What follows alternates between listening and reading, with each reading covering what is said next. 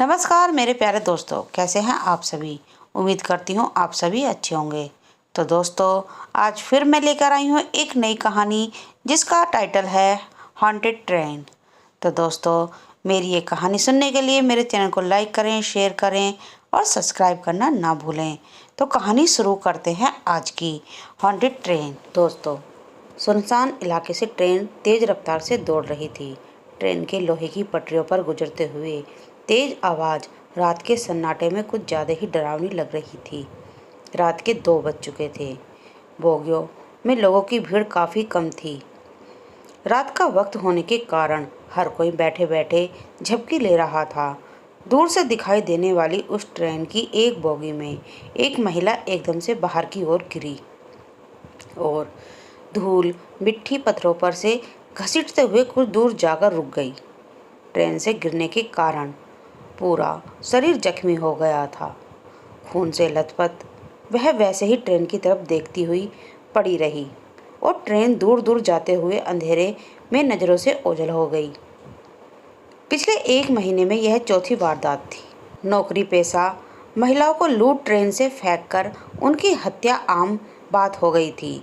4 दिन बाद तेजी से कदम बढ़ते हुए वह प्लेटफॉर्म की ओर चल रही थी।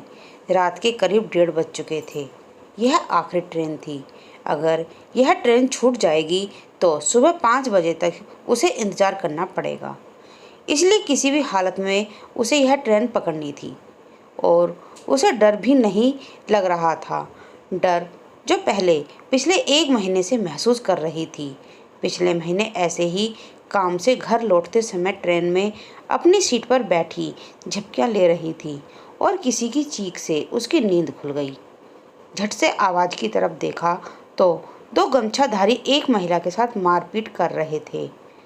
ट्रेन में कुछ मुसाफिर थे और कोई उस महिला की मदद के लिए आगे नहीं बढ़ रहा था।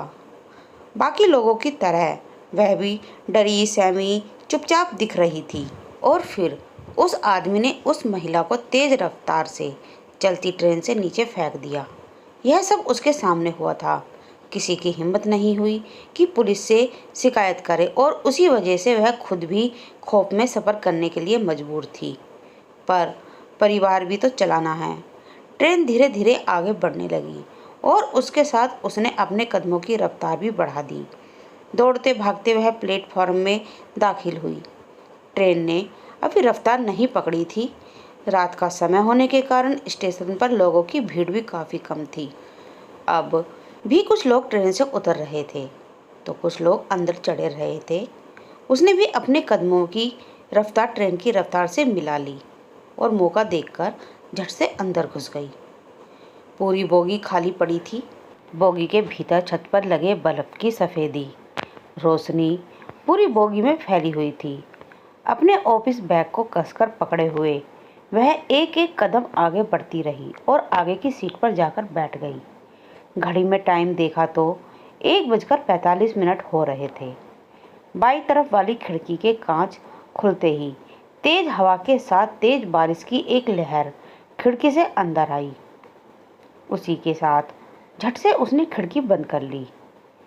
अपने हाथ पर गिरी बारिश की बूंद चुन्नी से पूछ रही थी कि तभी उसकी नज़र पैरों पर पड़ी। न्यूज़पेपर पर पड़ी बड़े अक्षरों में लिखी अखबार में उसके दिल की धड़कनें पल भर के लिए रुक गई। फिर एक बार चलती ट्रेन से नौकरी पेशा महिला को नीचे फेंक दिया गया। नीचे मरने वाली महिला की धुंधली सी तस्वीर थी। जिस डर को वह नज़रअंदाज करने की कोशिश कर रही थी, वह डर रह रहकर उस पर हावी हो रहा था। उसने झट से अपना ध्यान हटाया और खिड़की से बाहर झांकने लगी। तभी किसी के कदमों की आवाज़ ने उसका ध्यान आकर्षित किया।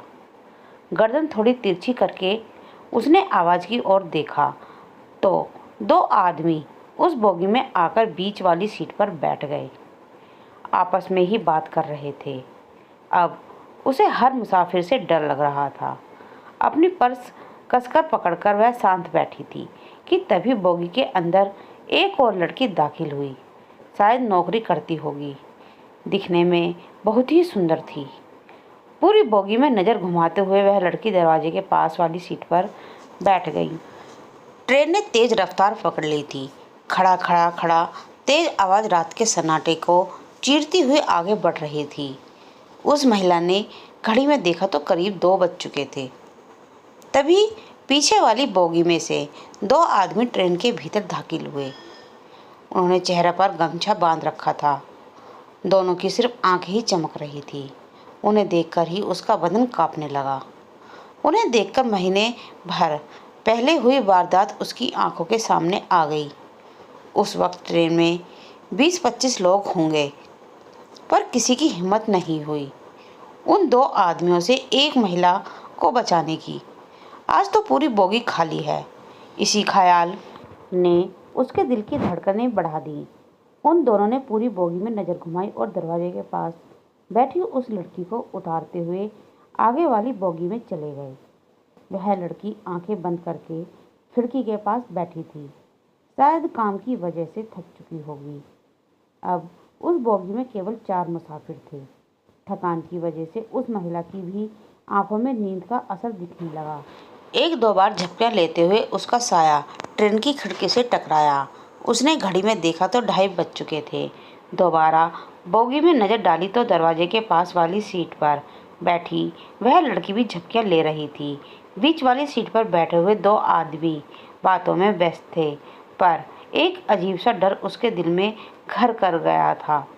वह सिर पीछे टकराकर वैसे ही आंखें खोलकर बैठी रही, पर कुछ ही देर में उसे नींद ने अपने आहोश में ले लिया था। एक अजीब सी आवाज़ से उसकी नींद खुल गई। सामने देखा तो वह 2 गमछाधारी आदमी उस लड़की का पर्स छीनने की कोशिश कर रहे हैं। वह लड़की मदद के लिए पुकार रही है, पर कोई आगे नहीं आ रहा था। वह महिला भी डर के कारण चुपचाप बैठी थी। सामने की घटना देख उसका जिस्म कांपने लगा। बेबस होकर वह सिर्फ देख रही थी। उस आदमी ने उस लड़की के बाल पकड़े और दरवाजे से बाहर देखते हुए हंसने लगा। वह लड़की गिड़गिड़ा रही थी, अपनी जिंदगी की भीख मांग रही थी, पर उसने पूरी ताकत से उसे बाहर फेंक दिया और दर्दनाक चीख चारों ओर गूंज उठी।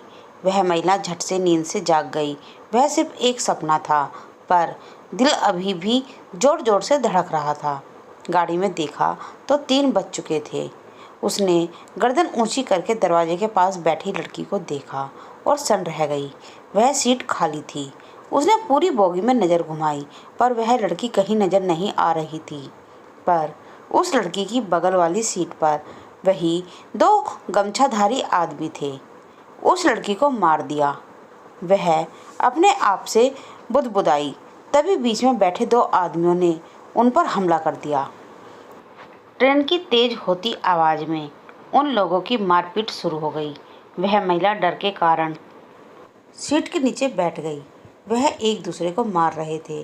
तभी उसे नीचे 2 दिन पहले का एक न्यूज़पेपर पड़ा दिखाई दिया। उसमें बड़े अक्षरों में लिखी एक खबर पर नज़र गई। फिर एक बार चलती ट्रेन से नौकरी पेशा महिला को नीचे फेंक दिया गया। नीचे मरने वाली महिला की तस्वीर थी। उसने वह न्यूज़पेपर हाथ में लिया। तभी नीचे घसीटते हुए एक आदमी जान बचाकर भागता नजर आया। पीछे वही गमछाधारी आदमी चला आ रहा था। अब उस औरत को भी समझ आ गया कि आज उसे भी चलती ट्रेन से नीचे फेंक दिया जाएगा। डर के कारण उसकी आंखों में पानी आने लगा। जमीन पर घसीटता हुआ आदमी सामने देखकर रुक गया। जमीन पर पड़े उस आदमी के माथे पर किसी ने गन लगाई थी। बंदूक देखकर महिला ने जीने की आस छोड़ दी। डर के कारण अपने घुटनों के बल नीचे बैठी उस महिला ने सामने देखा और दंग रह गई। हाथ में गन लिए वह लड़की थी जो दरवाजे के पास बैठी थी। तभी पीछे से आ रहे गमछाधारी ने नकाब और चादर हटाई। वह 2 पुलिस वाले थे, हाथ में गन पकड़ी। वह लड़की बोली, मन तो करता है यहीं तुम दोनों की खोपड़ी खोल दूं, ताकि तुम जैसे हैवान दोबारा किसी लड़की को कमज़ोर समझने की गलती ना करें। हवलदार, ले चलो इन दोनों को, खातिरदारी जो करनी है। वह लड़की तो इंस्पेक्टर थी। उस महिला की जान में जान आई। जमीन पर पड़ी न्यूज़पेपर को उठाया। मरने वाली औरत की तस्वीर देखकर सन रह गई। तस्वीर उसकी खुद की थी।